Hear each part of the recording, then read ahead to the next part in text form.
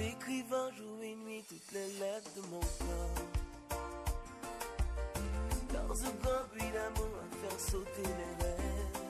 Allez foutre dehors, allez foutre dehors, chérie en parole. T'écrivant tout moi-même sur ce dont cher à l'être qu'est devenu mon corps. Un sang chaud vagabond de mes veines à ta porte.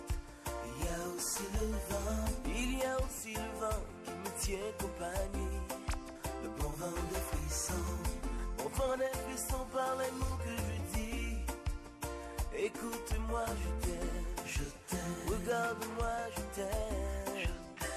Oh, oh, oh, besoin de toi. Oh, oh, j'ai besoin de toi. Oh, oh, oh, besoin de toi. Oh, oh, j'ai besoin de toi. Ça n'a yon son, hein. Bon, Mikaje, rêver réussi, goudo. Oje ouayin, demindo nous, assoumi ton lait, assimi ton lait, goudo. Voton, bemi ton ou afis, badandi. Miro quoi abandonne miwe. Je représente le président de l'ONG Rêver Réussi, qui est, comme l'ex-président l'a dit, en déplacement. Au nom de l'ONG Rêver Réussi, nous vous souhaitons une fois encore la bienvenue. Comment réussir l'équilibre émotionnel de son ou sa partenaire pour une vie de couple heureuse? Alors, si vous avez bien suivi, vous comprendrez que ce thème a deux parties. La première partie parle de l'équilibre émotionnel de son ou sa partenaire.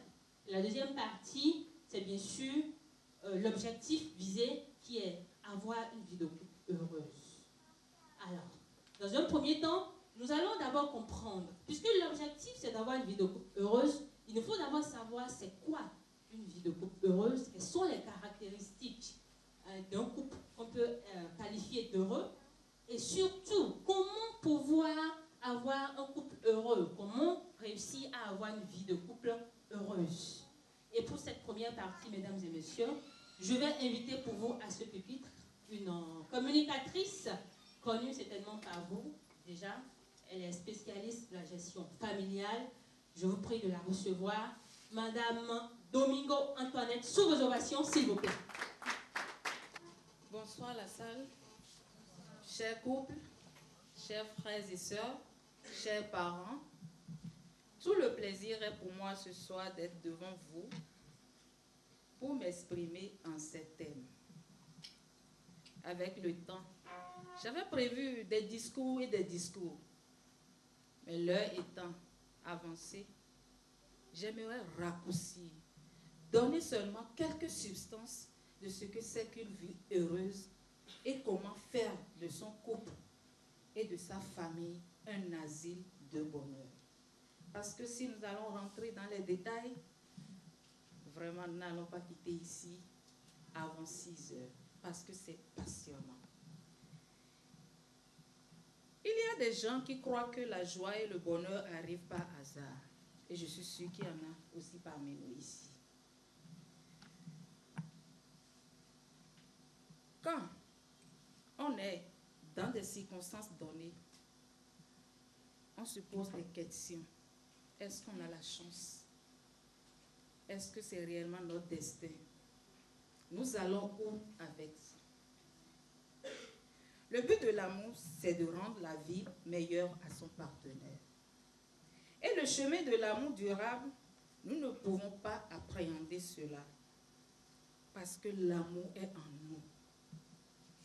Notre première histoire d'amour, c'est la rencontre de nos parents. Et c'est de là que nous sommes sortis. Et notre deuxième histoire d'amour, c'est celle qui nous pousse vers l'autre, à créer notre identité, à se définir. Et sur ce chemin, rien n'est facile. Et quand, avant de dire cette vie serait heureuse, il faut passer par des étapes. Il faut passer par des crises et des crises. il faut passer par des déséquilibres pour retrouver l'équilibre. Et dans ce cas, qu'est-ce qu'il faut faire pour dire que sa vie est heureuse? Moi, j'ai trouvé seulement 3 arriver à faire durer ce couple. Essayez de trouver le temps pour avoir l'équilibre entre les facteurs de risque et les facteurs de protection. Comment y arriver? Trouver cet équilibre, c'est simple. Éliminer à tout prix les facteurs de risque. Quels sont les facteurs de risque dans le couple?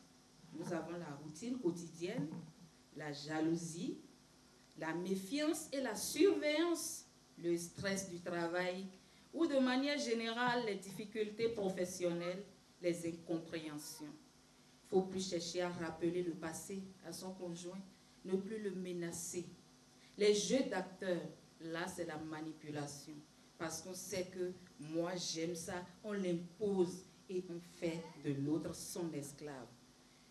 La priorité à accorder au projet de chacun, l'infidélité, l'éducation des enfants, la gestion de l'argent, les désaccords concernant la sexualité, la place et le temps accordés à la belle famille, la pratique d'une religion ou d'une spiritualité, le choix et l'organisation des vacances et bien d'autres choses encore.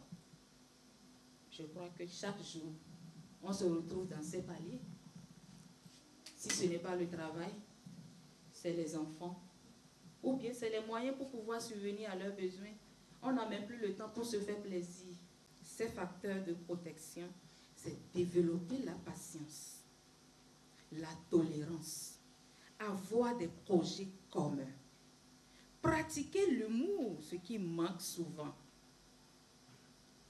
dans nos couples, être optimiste, savoir se dire les choses, être à l'écoute de l'autre, organiser des sorties ensemble en tenant compte des priorités de chacun, savoir faire confiance, développer une bonne sexualité, valoriser l'autre, organiser des week-ends et des vacances, bien se connaître. Et pour finir cette partie, je dirais simplement que être heureux est une option. Si je décide d'être heureux, je le serai. Je ne verrai plus la manière de parler de mon conjoint. Je ne verrai plus comment il s'habille mal, mais je vais l'aider à refaire sa manière de s'habiller. Être heureux aussi et jouir d'une vie de couple remplie de bonheur et d'optimisme est un objectif souhaitable. On se l'approprie d'abord, parce que si tu ne veux pas, tu ne peux jamais être heureux. L'autre fera tout, mais tu ne vas pas te retrouver. Mais ceci se réalise par le biais de sa propre initiative. Je suis allée dans ce couple pourquoi? Quels sont mes objectifs? Le couple, moi je le résume la vie du couple en 3 mots. Je quitte chez mes parents, je vais, je vis et je deviens. Parce qu'on va pour créer sa personnalité. On va pour s'identifier. Parce que l'autre, c'est nos parents qui nous ont mis et eux aussi, ils ont créé leur vie. Donc, on doit y aller, se donner les forces et les moyens pour pouvoir vivre et devenir l'homme ou la femme que nous aspirons. Il faut savoir, on est, on grandit, on a des enfants, on travaille et on meurt. Le travail et les enfants continuent le chemin. Si nous pouvons retenir ça, nous irons dans le couple, vivre et devenir ce à quoi nous aspirons. Comment faire de son couple et de sa famille un asile de bonheur?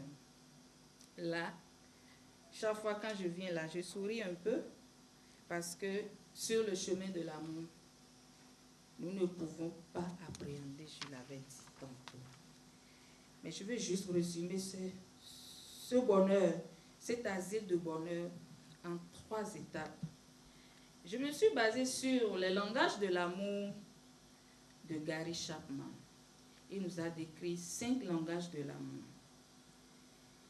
Et c'est de ça l'articulation de ces 5 langages de l'amour qui nous permet de vivre dans le couple et accepter l'autre. Le premier langage dont il nous a parlé, c'est l'écoute. Et là, langage 1, c'est les paroles valorisantes. Il s'agit de prononcer des paroles douces qui font du bien à son prochain. Premier langage, les paroles valorisantes. Il s'agit de prononcer des paroles qui font du bien, paroles d'encouragement, paroles aimables, compliments, félicitations. Le deuxième langage, c'est les moments de qualité.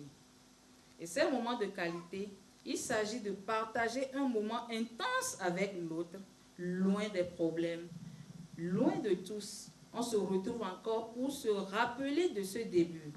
Et chaque fois, il faut dire, rappelle de toi qui il a été au début et non ce qu'il est devenu. Le troisième langage, c'est les cadeaux. Il s'agit de symboliser l'amour dans un objet. Offrir des fleurs, par exemple, pour ceux qui le peuvent. Acheter une montre, fabriquer un objet utile à l'autre. Envoyer des SMS pour l'amener à passer une bonne journée. Écrire un email avec des mots doux. Rédiger une lettre d'amour. Le quatrième, c'est les services rendus. Il s'agit de décharger l'autre d'une contrainte matérielle et concrète. Préparer le repas, sortir les poubelles, débarrasser le lave-vaisselle, ranger le linge. Et le cinquième, le toucher physique. Il s'agit de la communion des corps et du contact charnel. Caresser les mains, baiser tendre, se prendre par les bras, relations sexuelles, touchées affectueuses, massage de tout. Si, dans le couple, on arrive à définir notre langage, parce que notre langage, nous avons 5, mais chaque personne essaie d'utiliser 2. Quelqu'un peut les toucher, et le service, d'autres, c'est les cadeaux, et paroles valorisantes. Ce n'est pas qu'un individu, il peut utiliser les 5 en bloc, il ne pourra même pas, il sera une personne incomprise. Parce qu'on on dira, on ne sait même pas ce qu'on lui fait. Malgré tout ce qu'on fait, il n'est jamais content. Maintenant, à travers ces 5 langages, j'ai résumé le bonheur, asile, pour un lieu, le couple et la famille en 4 points. Observez mon fonctionnement. Ça, c'est la première étape. Pour que le bonheur puisse régner dans le couple ou dans la famille, il faut que j'observe moi-même mon comportement. On va en 2. Mais d'abord, c'est je. Et dans le vivre, on arrive à conjuguer ce je en nous. Mais si le je a déjà des difficultés, le nous aussi aura des difficultés. Le secret d'un couple heureux ne réside pas dans la prise de distance, mais dans un travail sur notre tendance naturelle vers l'égocentrisme. Et pour réussir, il faut prendre du recul sur son fonctionnement. Développer la vigilance à soi-même et adopter une attitude neutrale dans le couple. Ne pas tout attendre de l'autre. Admettre que l'autre ne peut pas tout apporter. Avoir cette lucidité qu'il ou elle est faillible. Compter sur soi-même pour être heureux tout seul. Pour pouvoir être heureux à 2. Dans la mesure où les déséquilibres personnels amènent forcément une propre perfection de notre logique et notre tendance à vouloir savoir, avoir raison à tout prix, de notre authenticité égotique. Dès lors, nous apprenons à pardonner, savoir demander pardon et à nous excuser. Car ce qu'une personne considérera comme des excuses valables ne sera pas forcément entendu par une autre.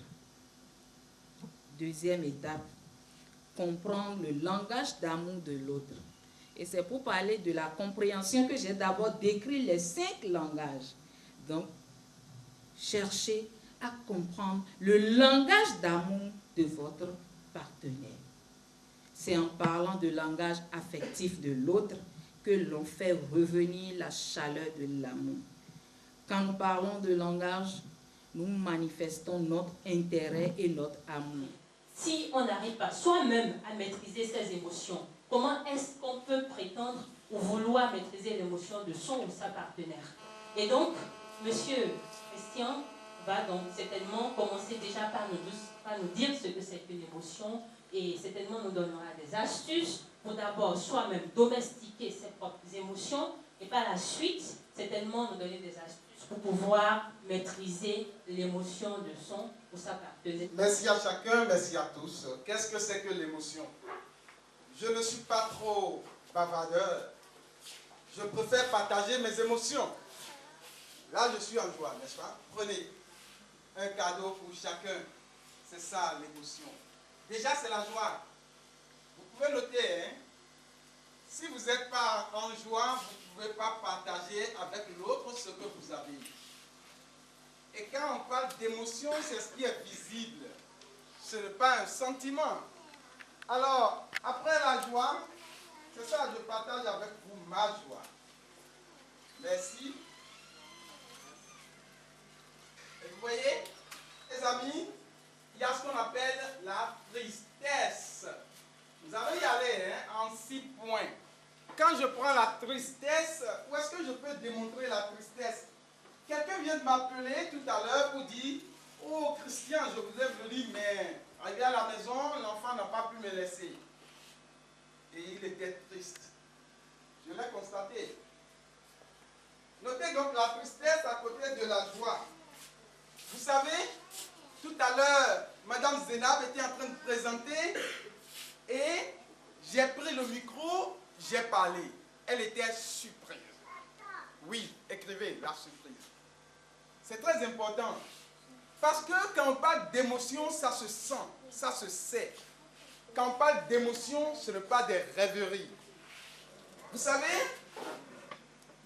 lorsqu'on était en train de faire la publicité, j'étais à la télévision, E-Télé Bénin. Et là, je vois quelqu'un ici que je connais très bien là-bas. Je ne voudrais pas nommer son nom parce qu'il a peur que je le montre trop. Notez la peur. La peur, c'est également une émotion parce que ça se sent. Lorsque j'ai dit une télévision Bénin, tout de suite, il a soulevé la tête, il a rabaissé. Alors, rassure-toi, je ne vais pas te nommer. Mais il sourit. Suivez mon regard, vous allez voir de qui je parle. Nous avons compté combien d'émotions là maintenant? 4. Il en reste 2. Qui est-ce qui peut m'aider?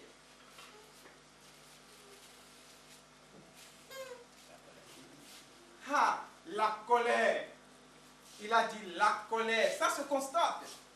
La dernière fois, je parlerai toujours de mes émissions parce que depuis juillet 2018, je n'ai pas cessé de faire des émissions à la télévision, à la radio, pour montrer à chacun et à tous au Bénin et ailleurs qu'il faille apprendre à domestiquer ses émotions. Et il y a une dame qui est allée nous voir.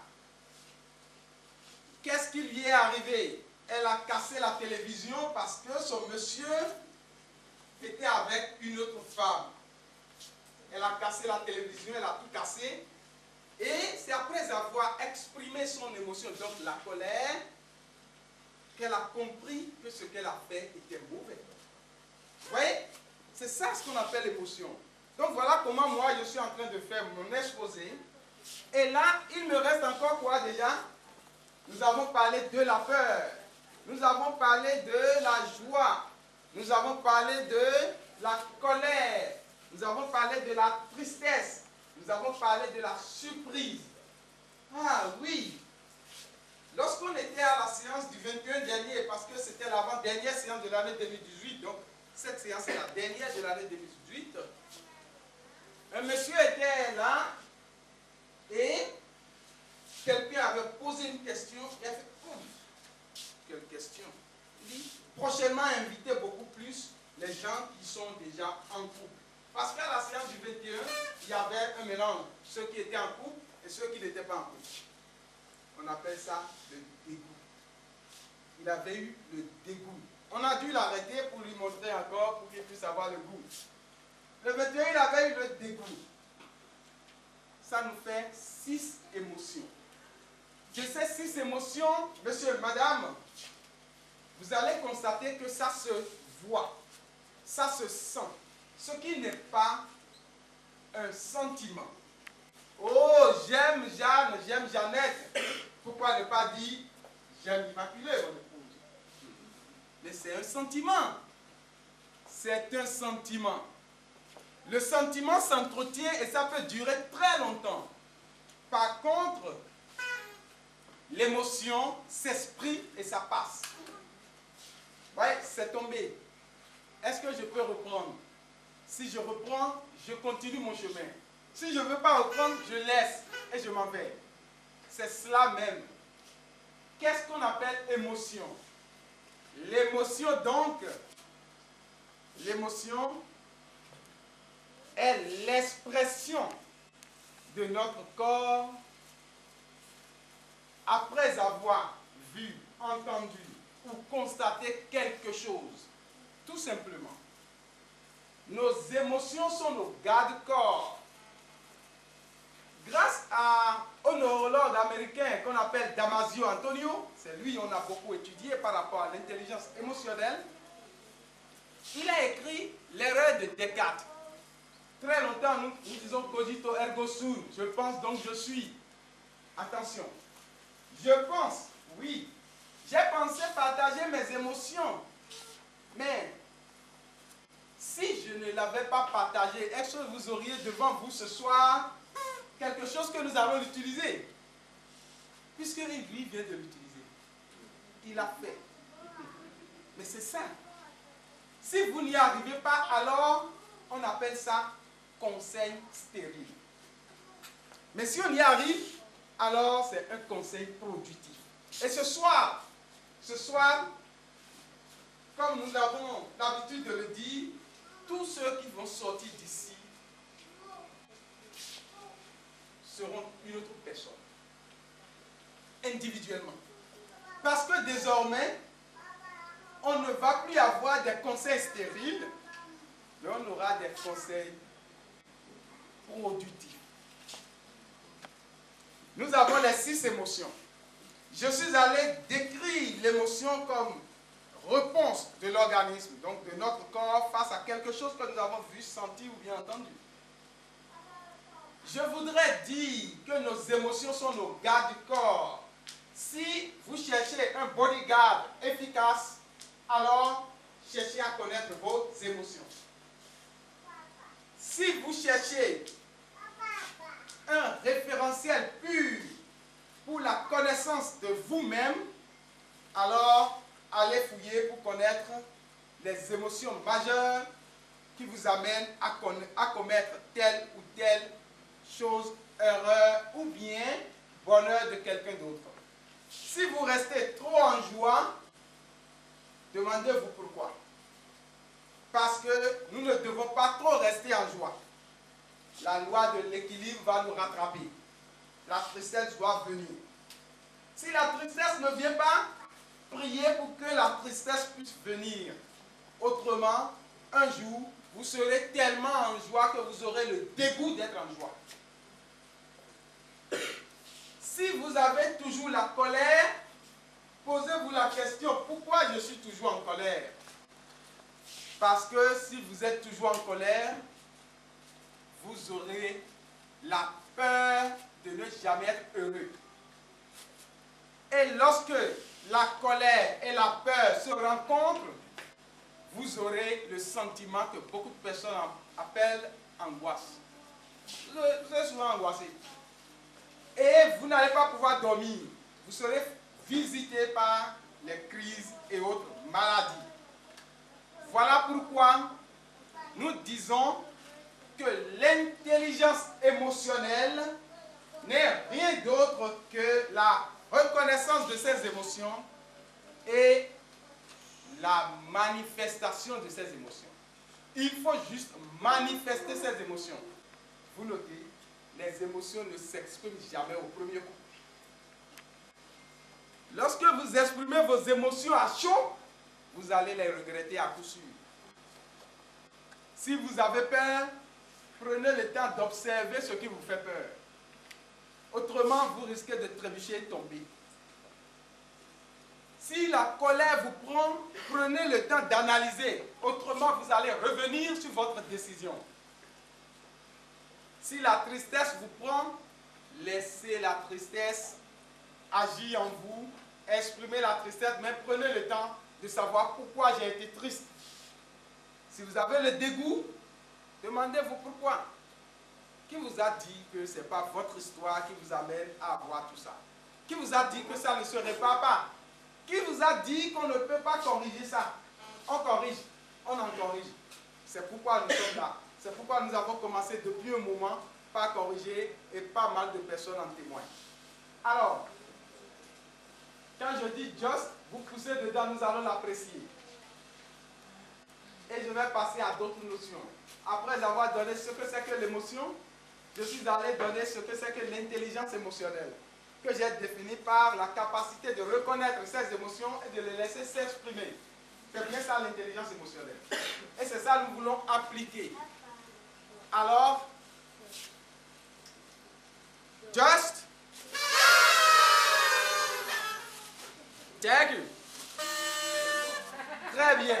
Vous voyez, c'est ça ce qu'on appelle l'expression de l'émotion. Si nous sommes en couple, qu'est-ce qui se passe? Lorsqu'il y a certaines personnes qui regardent le temps, l'heure et l'exactitude de l'action, il y a d'autres qui continuent toujours par vivre l'émotion et par continuer.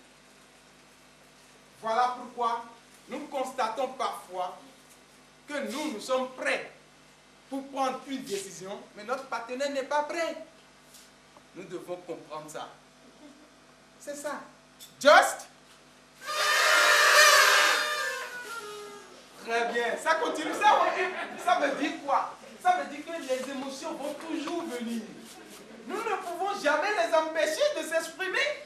Si nous cherchons à les canaliser, ça va nous échapper. J'ai dit un peu plus haut que nos émotions sont nos gardes du corps, bodyguards efficaces. Il n'y en a pas deux. Parce que si nous réfléchissons un peu, nous pensons à quelque chose, nous réfléchissons, nous mettons quelque chose à côté de l'autre, nous passons l'étape de l'émotion et nous venons à l'étape de sentiment. Là, on peut l'entretenir. Là, on peut cultiver. Là, on peut faire grandir jusqu'à en utiliser consciemment. Par contre, les émotions nous surprennent. Les émotions n'attendent pas que nous nous préparions. Les émotions n'attendent pas que nous cherchions d'abord à réfléchir, à voir si c'est bon ou si c'est mauvais. Alors, qu'est-ce qu'il faut faire pour mieux l'utiliser? Laissez l'émotion s'exprimer. Laissez l'émotion s'exprimer. Ne cherchez pas à l'empêcher. Si quelqu'un veut pleurer, voyez bien la personne. Dites à cette personne, pleure, pleure tout. 5 minutes suffit. La personne va cesser. C'est ça. Si quelqu'un est en joie, laissez la personne sauter de joie. 2 actions, c'est fini. La personne ne va plus continuer. Si quelqu'un est triste, ainsi de suite, laissez la personne exprimer son émotion. Exemple, Jean et Jeannette sont en couple.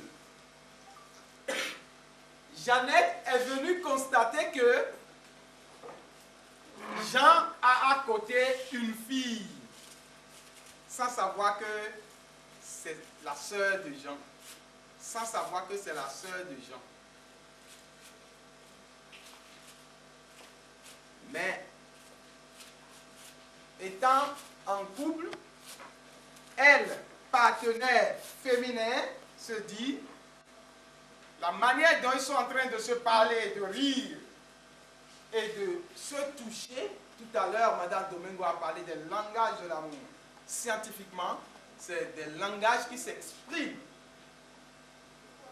Et elle a compris qu'il faut juste laisser exprimer sa colère. Elle a tout dit. Si Jean voulait réagir, c'est la bagarre. Jean devrait se taire. Jean s'est tu.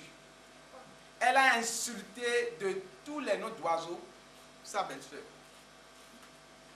Après avoir laissé l'émotion se refroidir pour aller vers la mémoire tiède, Jean est revenu. Ça veut dire quoi? Il faut apprendre à laisser son émotion à chaud se refroidir. Et ça dure au maximum 21 jours. Vous pouvez noter quelque part. Là, 21 jours, vous laissez refroidir.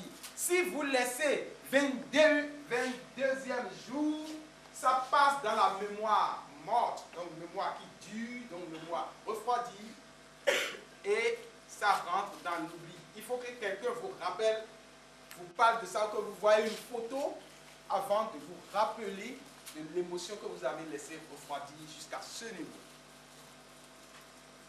Alors, après la réaction de son partenaire, Jean, parce que Jean a eu le temps de suivre une fois ces conférences où nous avons donné l'utilité de l'intelligence émotionnelle dans le couple et dans la famille, Jean a pris le temps de refroidir son émotion.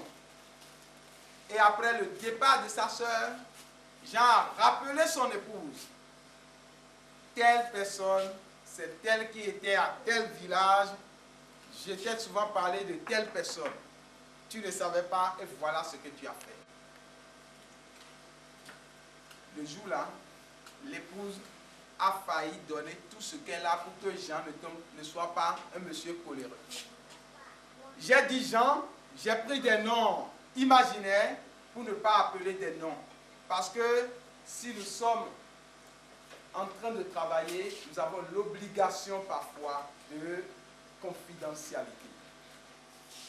Ce sont ces couples-là qui arrivent à connaître d'abord leurs propres émotions et l'émotion de leur partenaire. Si vous ne connaissez pas vos émotions, vous ne pouvez pas les laisser s'exprimer. Ça va rester en vous et tout ce qui s'imprime dans le cœur est source de maladie et de mal-être. Par contre, tout ce qui s'exprime, oui, comme il vient de le faire, est source de bonheur.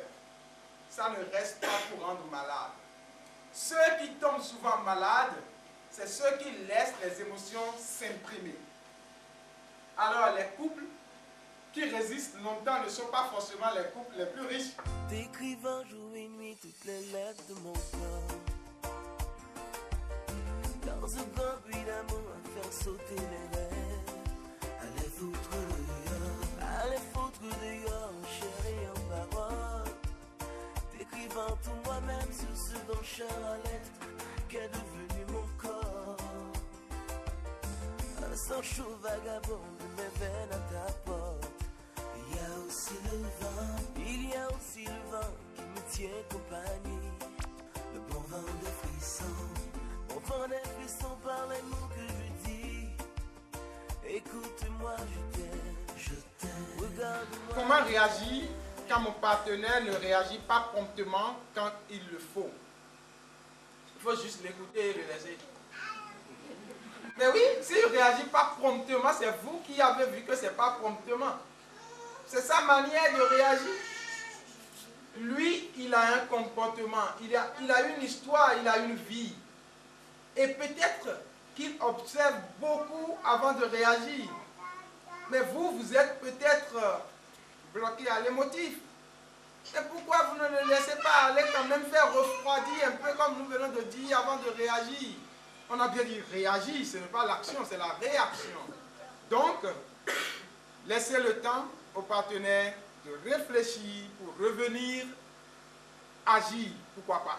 Et là, vous pouvez réagir en ce temps, de votre manière aussi, accepter l'autre dans sa différence.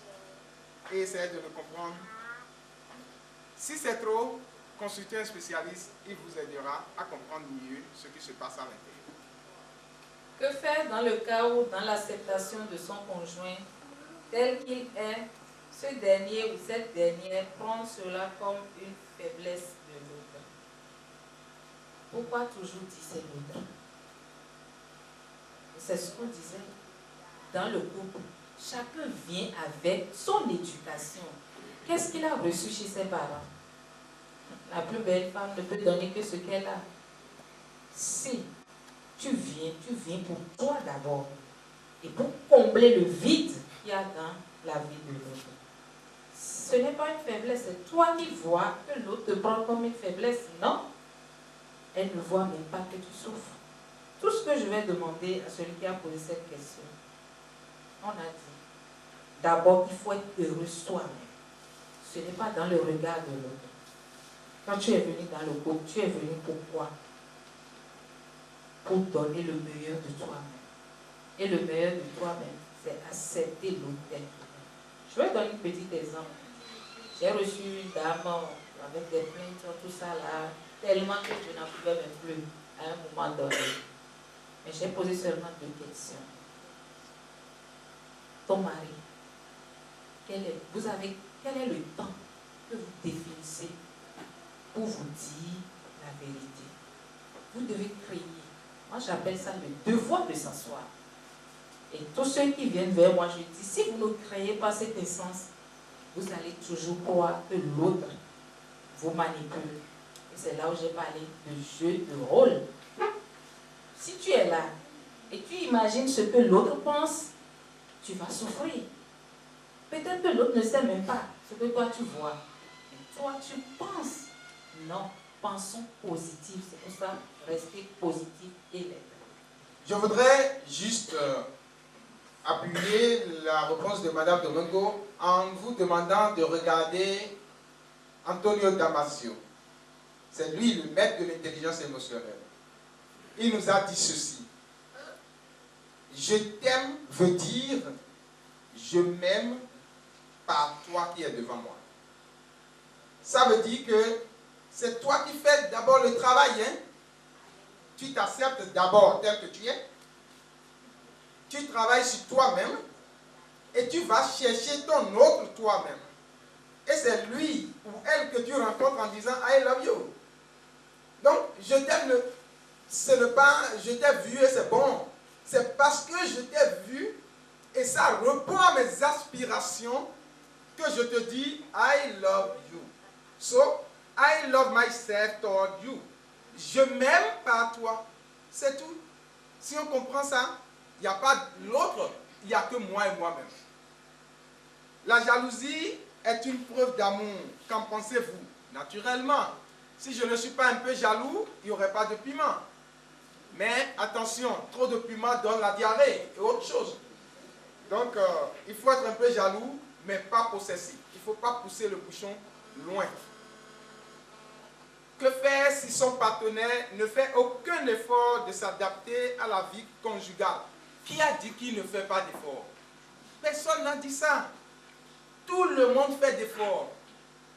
Si déjà, il dit « je t'aime », ça veut dire qu'il fait l'effort sur lui-même pour aimer l'autre. S'il dit « je suis là », ça veut dire qu'il se reconnaît présent. Il fait beaucoup d'efforts. C'est plutôt vous qui ne faites pas d'efforts pour reconnaître l'autre vous-même en face de vous. Et là, vous êtes dans un labyrinthe de souffrance en permanence. Ça risque de ne pas terminer. Il faut un spécialiste pour mettre coup à cette souffrance. Que se passe-t-il si le partenaire n'arrive pas à oublier les émotions fortes? Naturellement, c'est vous qui pensez que le partenaire a oublié. Nous appelons quelque chose les marqueurs somatiques. Si vous avez cette soirée, par exemple, pendant longtemps, vous n'allez pas oublier. Mais c'est ça. Quand vous posez de pointes et vous l'enfoncez dans la table, vous cherchez un menuisier.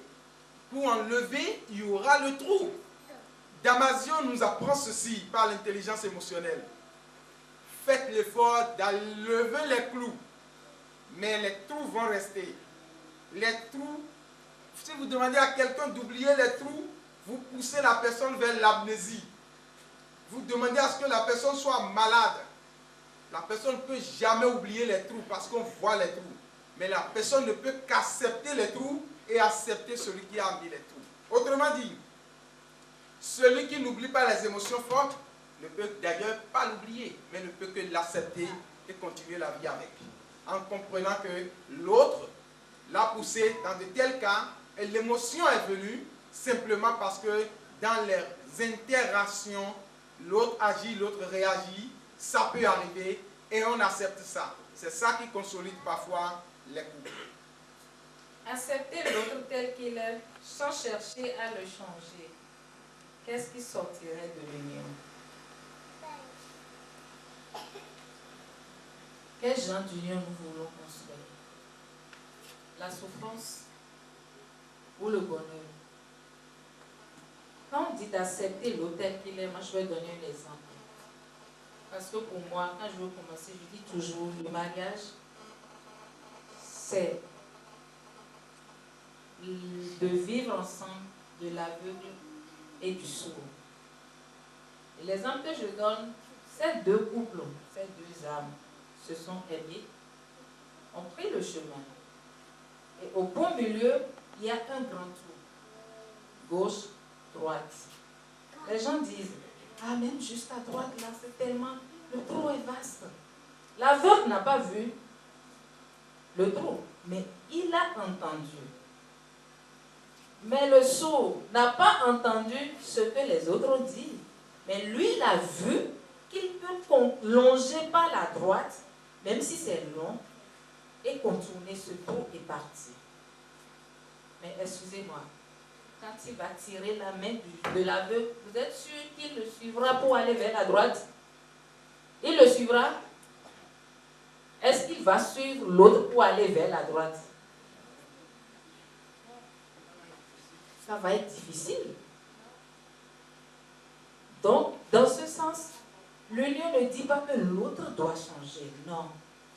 Faites ce que vous devez faire et il va changer. Parce qu'il sera fatigué, il sera lassé à un moment donné. Et il verra qu'il est souffrant. C'est pour ça que j'ai dit, être heureux, c'est une option. Comment vivre le bonheur à deux dans un couple? J'ai l'habitude de dire que on ne rentre pas dans un couple comme on rentre dans un restaurant. On rentre dans un couple après avoir analysé soi-même, après avoir préparé l'entrée dans le couple. Et quand tu es prêt pour entrer dans le couple, ça veut dire que tu cherches en fait l'autre toi-même. Parce que en matière de couple, c'est nous-mêmes qui nous rencontrons dans l'autre. Ça s'explique encore bien dans des couples qui, avec le temps, commencent par se ressembler en fait. Parce que si tu es prêt pour entrer dans un couple, c'est que tu as déjà dompté toi-même tes émotions personnelles et tu es prêt à accepter entre griffes les caprices et les émotions de l'autre pour qu'ensemble, tu ne sais pas pourquoi parfois tu as envie de pleurer seul. Si tu ne sais pas pourquoi la tristesse te prend sans d'autres raisons, il te sera difficile de comprendre celui qui est en face de toi. Alors, connais-toi toi-même et tu connaîtras ton partenaire et ensemble vous aurez une vie idyllique. Que faire si ma partenaire dort beaucoup? Je dirais si mon partenaire dort beaucoup. Parce que les deux, ma peut dormir comme mon peut dormir. Hein? Vous savez, la première chose à faire, c'est de l'inviter à discuter. Si la personne dort en dehors des heures réglementaires pour dormir, ça devient pathologique. Ça veut dire qu'il y a quelque chose qui ne va pas. Mais si vous ne discutez pas, vous allez avoir des imaginations parfois qui vont heurter sa sensibilité. Voilà pourquoi il faut discuter. Vous l'invitez, vous allez lui dire, ben, écoutez, on a fini, on devrait se lever à 9h, parce que 9h c'est déjà... Mais toi, il a fallu que tu dormes jusqu'à 11h. Pourquoi? Qu'est-ce qui ne va pas? C'est sûr que le ou la partenaire vous dira, c'est parce que j'étais fatigué, c'est parce que j'ai ci, c'est parce que j'ai ça. Et si vous qui avez constaté ce mal, vous voulez vraiment l'aider, vous allez consulter un spécialiste en la matière et désormais, votre partenaire ne dormira plus. Comment connaître les langages d'amour de son partenaire? Il faut toujours se référer à ses plaintes. Parce que, comme j'ai dit, il y a 5 langages et chacun se définit par rapport à eux. Quand l'homme dit, mais toi tu ne me vois pas, il n'y a jamais, tu ne me touches pas, toi tu vas directement, tu cours de l'autre côté. Qu'est-ce qu'il cherche? Peut-être que c'est le toucher. Qu'est-ce qu'il te reproche? Tu n'es jamais là pour qu'on puisse dire quelque chose. Tu sauras qu'il a besoin de moments de qualité pour pouvoir parler. Parce que chaque fois, on se plaint de l'autre. Parce que c'est ce qui nous manque dans les langages. C'est qu'est-ce qui te manque et ça fait que en présence de l'autre, tu n'es pas satisfait. Si tu peux répondre à ces questions, tu détermineras réellement quel est le langage d'amour de ton partenaire. Comment vous faites pour gérer vos conflits sur les plans? Il y a beaucoup de plans. Donc, patiemment, nous allons parcourir ces plans. Plan sexuel. Plan sexuel, pour gérer ces conflits, nous avons l'habitude de demander souvent, bienvenue à vous, monsieur, madame, Adou, Konou et Bonfin. Nous avons l'habitude de demander aux partenaires d'avoir ce qu'on appelle entente sexuelle. J'ai mené un débat à la radio la semaine passée sur ce thème et j'ai compris que beaucoup de couples pensent que c'est le sexe qui consolide les couples. C'est faux. L'énergie sexuelle est la conclusion de l'énergie mentale et de l'énergie émotive. Du mental à l'émotif, vous descendez dans le libidinal et c'est terminé. On ne fait plus rien. Mais quand vous commencez par le libidinal, vous vous perdez. Ça s'explique, ça se comprend. Pour mieux comprendre, approchez-vous de nous et nous allons beaucoup plus vous détailler. Deuxième point, éducation des enfants. Ce conflit, je l'ai également géré et j'étais sur un débat, surtout dans les familles recomposées, ça vient très souvent. Et nous disons simplement que le couple doit avoir un schéma d'éducation. Parce que le garçon ou l'homme vient d'une famille avec un style donné et la femme vient également d'une famille avec des schémas différents. Nous ne sommes que ce que nous y mettions. Ce qu'ils ont reçu, de la parentalité qu'ils ont reçue, se déteint sur leur famille d'aujourd'hui. Alors, si le couple ne prend pas le temps de définir le schéma d'éducation à imprimer aux enfants aujourd'hui, les enfants risquent de prendre par essai et par erreur, donc au pif, un schéma. Et si ça échappe à la famille, c'est la rue qui en donne. Planning des repas. Là également, il faut s'asseoir pour discuter. Moi, par exemple, je ne prends pas trop de haricots. Mais il y a des gens qui aiment beaucoup de haricots. Je me souviens avoir rencontré un couple où la femme se plaignait, mon mari ne fait que gazer la nuit parce que je n'arrive pas à dormir. Et c'est son style gastronomique qui amène ça. Après le travail, le mari, lui, mange haricots matin, midi et soir. Donc, le planning des repas, ça, c'est également l'entente qu'il faut avoir à ce niveau. Loisirs. Comment vous faites pour gérer vos conflits sur le plan des loisirs? Vous savez, nous avons dit au départ, et c'est vrai, je ne l'ai pas dit ce soir, un couple, c'est la rencontre de deux affectivités. Il y a moi, mon affectivité, et il y a l'affectivité de l'autre. Il y a les loisirs et autres qui font la personnalité de mon partenaire. Donc, si nous sommes couple, nous devenons une réalité autre que individuelle. Encore que ça dépend de quel schéma de couple nous avons. Aujourd'hui, je pense que nous allons beaucoup plus nous accentuer sur le schéma 1 plus 1 égale à 1. Et c'est en cela beaucoup plus qu'il faut chercher à s'asseoir et discuter pour avoir l'entente sur les loisirs. Où se trouve la place de Dieu dans le couple? Un foyer est très pieds, à 3 pieds. Ça, un foyer est à 3 pieds. Je crois. Vous voulez que j'y aille? Oui. Madame Domingo, apparemment vous me laissez la question là. Non, chacun prend sa fiche.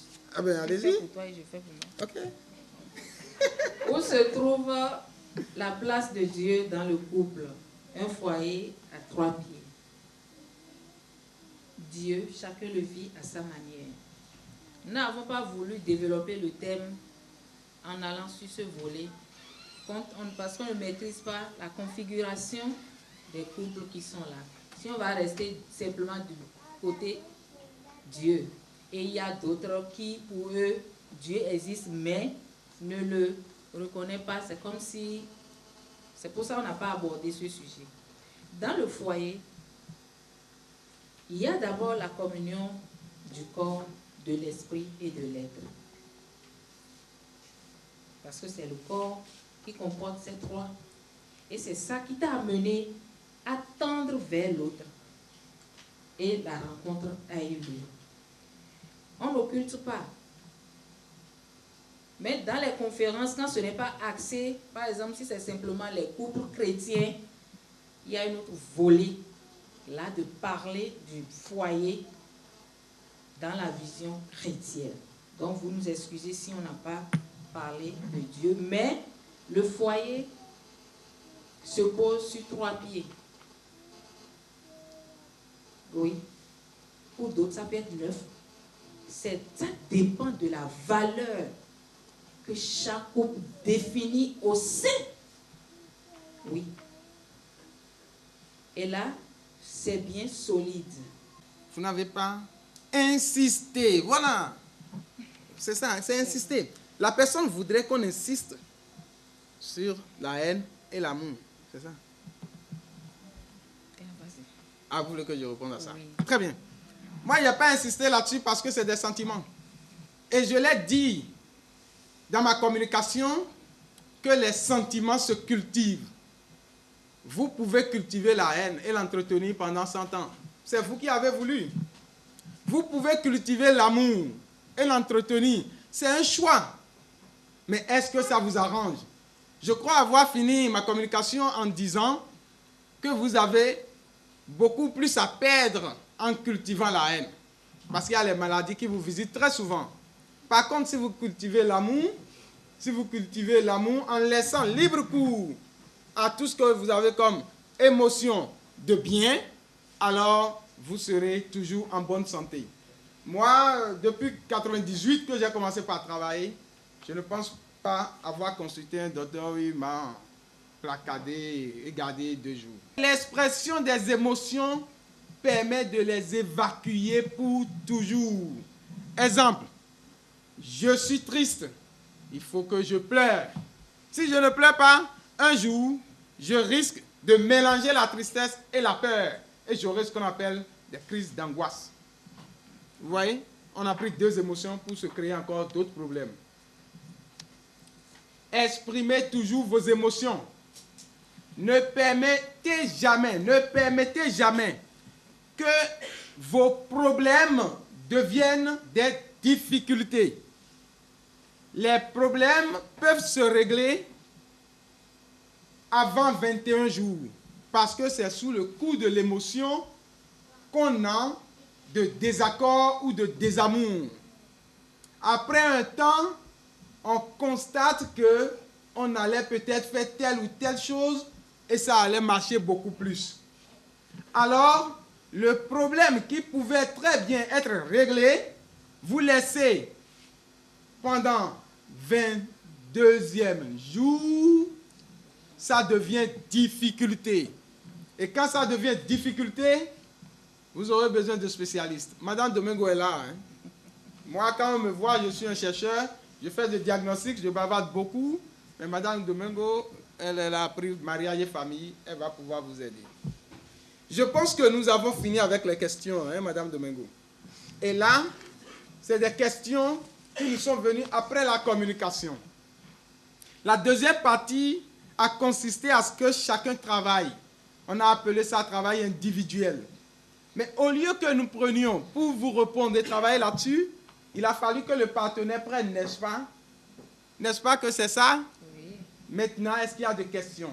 Partenaire, lorsque vous avez pris, il y a des choses qui vous ont taraudé l'esprit? Si oui, exposez, nous allons conclure et passer à la dernière partie de notre soirée. Et avec la grâce de Dieu, nous irons à la maison avec ce que nous avons appelé marqueurs somatiques positifs pour chacun de nous. La table amour, c'est la première table. Est-ce qu'il y a une question à cette table? Sans doute la famille. Moi, je vais donc vous conduire Auguste, je suis comptable en profession. En fait, mon inquiétude se trouve au niveau de la profession parce que c'est un domaine qu'on n'a pas beaucoup détaillé. Quand je parle de la profession, c'est quoi?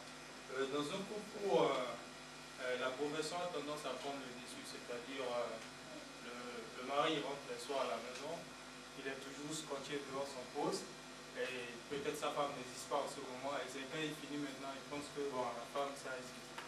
Ce que je dis, c'est réciproque. La femme aussi, pareil, elle rentre, elle est dans son téléphone, et elle dit, bon, je n'ai pas fini ma journée, il faudrait que je termine avant de penser à faire ce qu'elle doit faire. Maintenant aussi, je me retrouve dans des situations comme ça, je voudrais savoir comment il faudra que je gère tout ça. Que le choix du travail ne dépend pas du partenaire. Tu as choisi d'abord ton travail. Tu as choisi d'abord ton schéma de vie. Tu t'es d'abord mis à l'aise avant de chercher l'autre toi-même pour te mettre plus à l'aise et te reproduire socialement. Ce qui veut dire que la femme que tu as eue, ce n'est que ce que tu as toujours voulu. Alors pourquoi aujourd'hui ces difficultés pour toi? Non, c'est ce que tu cherches ça. Regarde-toi très bien. Sur le plan émotif, c'est là que tu cherchais. Alors tu n'as eu que ce que tu as cherché. Qu'est-ce qu'il faut faire? Il faut comprendre. Il faut discuter. Il faut voir pourquoi elle vient tard. Il faut voir pourquoi elle quitte tôt la maison. Il faut parler avec elle pour qu'ensemble, vous puissiez définir l'accompagnement des enfants. Parce que dans un couple, on définit d'abord la gestion du couple et ensuite la gestion des enfants. C'est très important. En fait, la question de M. Gontag m'a suscité en moi une autre question. Et qui parle d'un fait de vie, d'une situation. En fait, à côté de notre chambre se situe aussi un couple qui vit une situation pareille. La femme rentre tard à la maison, d'accord? Et le mari se plaint toujours du fait qu'elle rentre tard. C'est vrai qu'elle a un bon boulot, on peut comprendre que c'est son boulot qui la retient au service. Mais elle rentre tard sans pour autant un peu anticiper sur le repas du soir. Alors du coup, le mari rentre à 20h, 19h et la femme rentre après.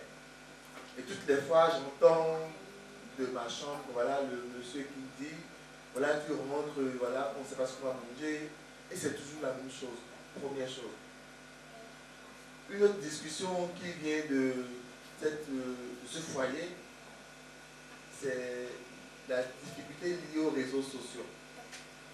La femme qui est tout le temps scotchée sur son portable, et soit c'est WhatsApp ou bien c'est Facebook ou bien je ne sais quoi autre. Et voilà, le monsieur se plaint toujours de cette situation. Et jusqu'à menacer un jour son épouse de lui confisquer le portable.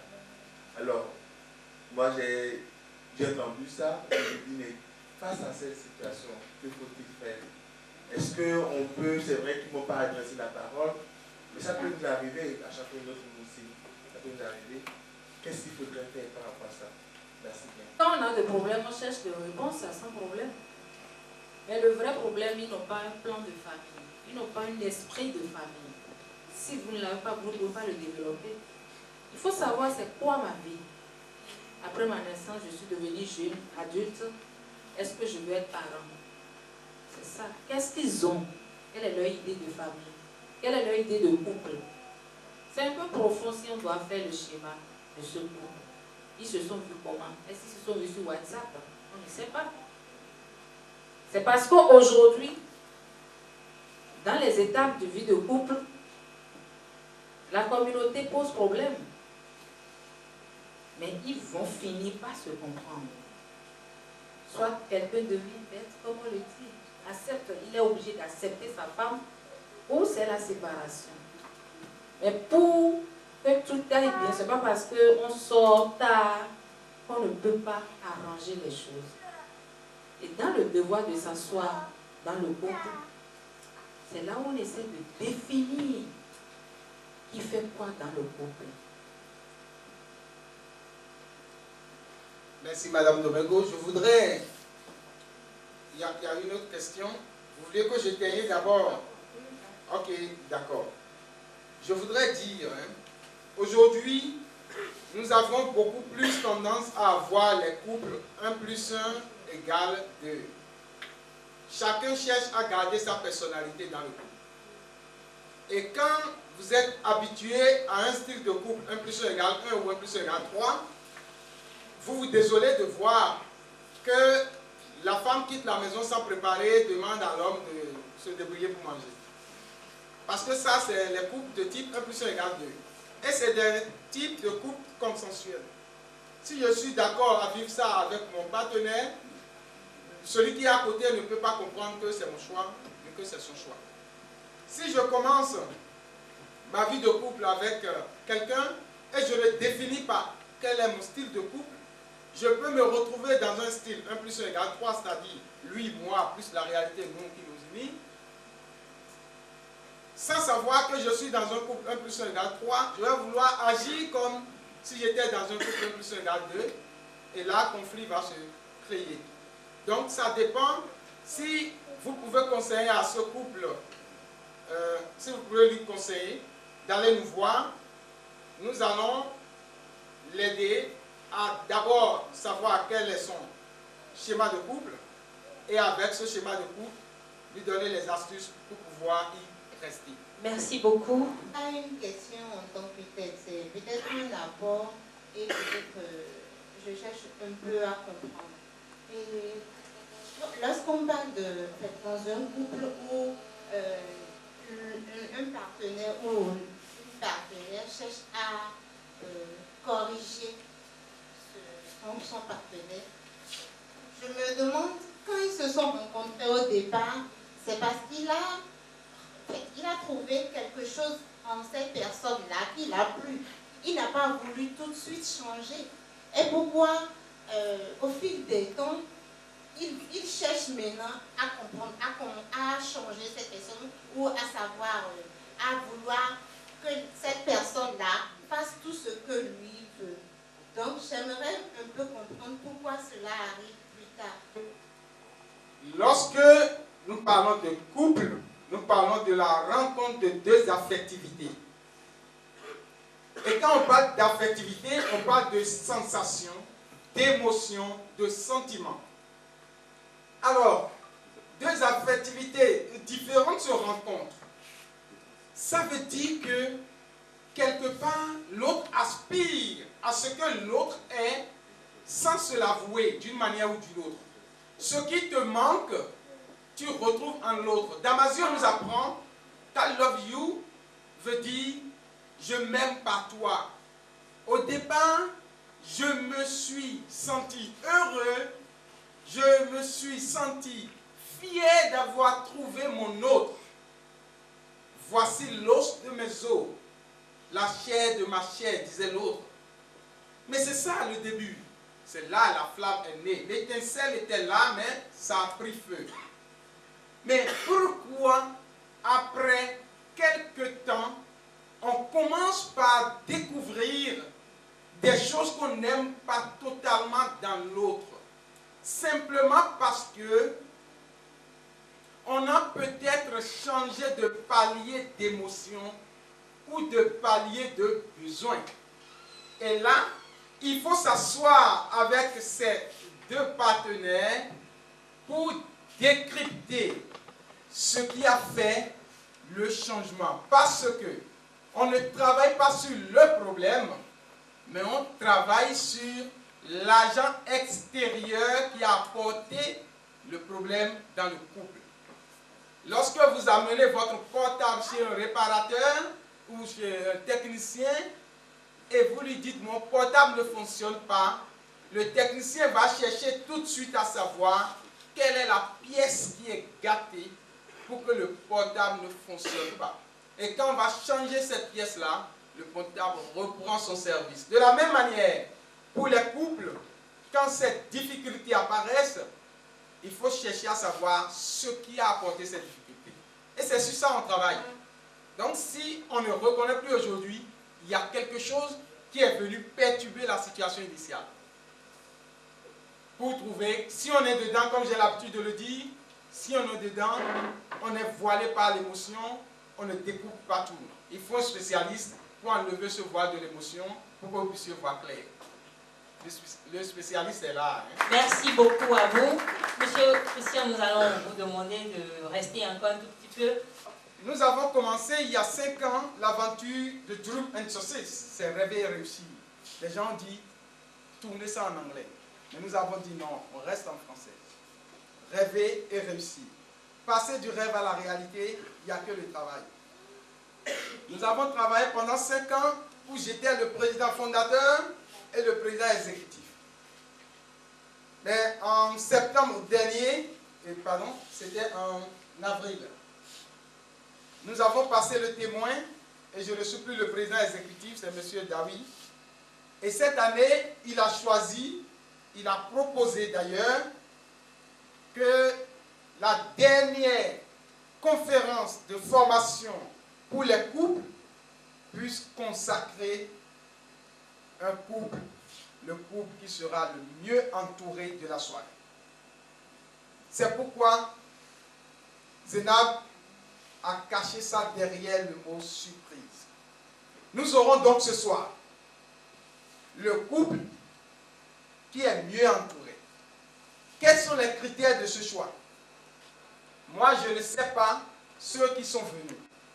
C'est vrai, j'ai mon choix personnel, moi. Mais je ne sais pas si mon choix personnel est là.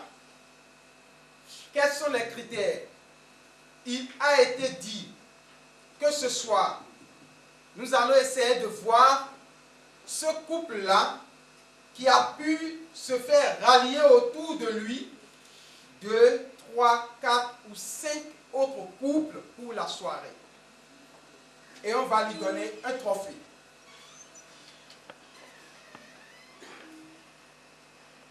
Alors, c'est ça, ce qui est réservé pour ce couple.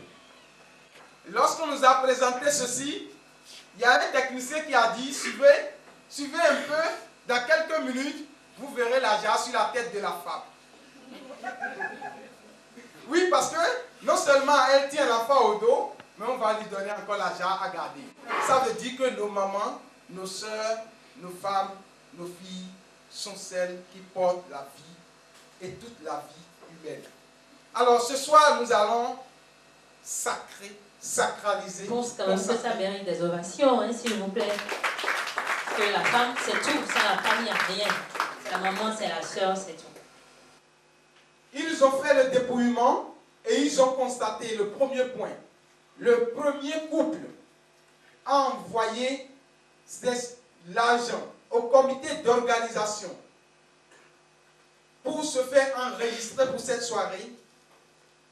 Ils ont cherché, ils ont trouvé un monsieur. Ils ont cherché. Ils ont retrouvé le monsieur dans la salle. Ça fait 2 indices déjà tourne en faveur de ce couple. Ils ont recherché encore.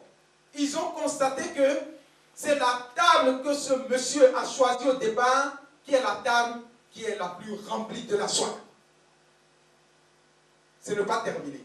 Là, moi, j'ai perdu parce que j'avais ma table préférée. Et j'avais dans mon cœur le couple préféré. Mais je ne pouvais pas me poser au comité d'organisation parce que j'étais sûr que c'est mon couple préféré qui allait gagner. Mais ce soir, comme je l'ai dit, je suis triste, c'est une émotion que je partage. Et puisque je l'ai laissé s'exprimer, c'est parti. Voilà, just do it. Juste fais-le. C'est bien ça. C'est parti. Ce soir donc, c'est ce couple-là qui nous a fait plaisir. Le 21 juillet, le couple était là. Aujourd'hui encore, le couple est là et s'est fait entourer de beaucoup d'autres couples. Je voudrais parler de la toute première table, nommée la table Amour. Félicitations. Sous vos orations, s'il vous plaît. Félicitations à vous.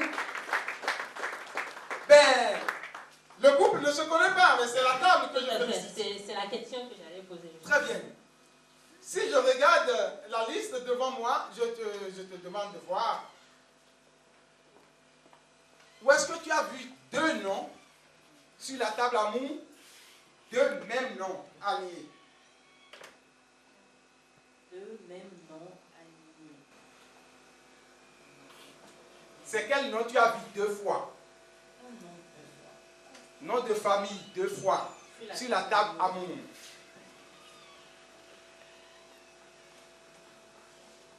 Je ne me retrouve pas. Alors là, lisez un peu. Vous voyez quelque chose là? Oui. Vous lisez quoi? Monsieur Guény Ok. Charlie. Arrêtez-vous sur Guéhi. Ah, d'accord. Ok, cherchez encore Guéhi, deuxième fois. Guény, deuxième. Waouh, d'accord. Alors, le couple Guéhi Avolabé a dit Décrivant jour et nuit toute la se donner la grâce, la foi, se trouver. Merci, donc de venir ici, s'il vous plaît. Madame et monsieur Guény. Je suis content. Très très content. Merci beaucoup. Et voilà. Monsieur, Vous avez constaté, la femme n'a pas voulu prendre. Elle a voulu que ça soit bien. Il y a aussi le vent qui me tient. de passer, s'il vous plaît. Félicitations.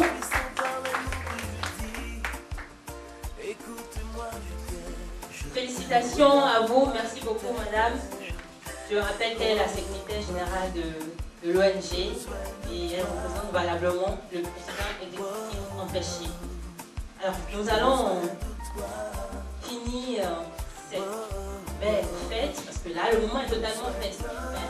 Au nom du groupe, pourquoi vous avez décidé de soutenir l'ONG? Nous sommes satisfaits de la soirée. Nous prions le Seigneur pour ça marche. Que pour l'année prochaine, ça soit plus comme ça. D'accord. Amen. Merci. Papa, vous avez envie de dire quelque chose. Écoutez, nous souhaitons une longue vie à l'ONG rêver et réussir. Et tout ce que j'ai entendu ce soir m'a fait plaisir et je vous dis félicitations. Merci beaucoup. Parole de sage, hein, parce que quand je vois papa qui dit félicitations à l'ONG, j'avais réussi. Monsieur Christian, il a de quoi être vraiment fier de ce que vous avez créé il y a 5 ans exactement. On a voulu porter notre aide à l'ONG pour que ce qu'on me partage ce soir, le message puisse atteindre la basse population. J'ai besoin de toi.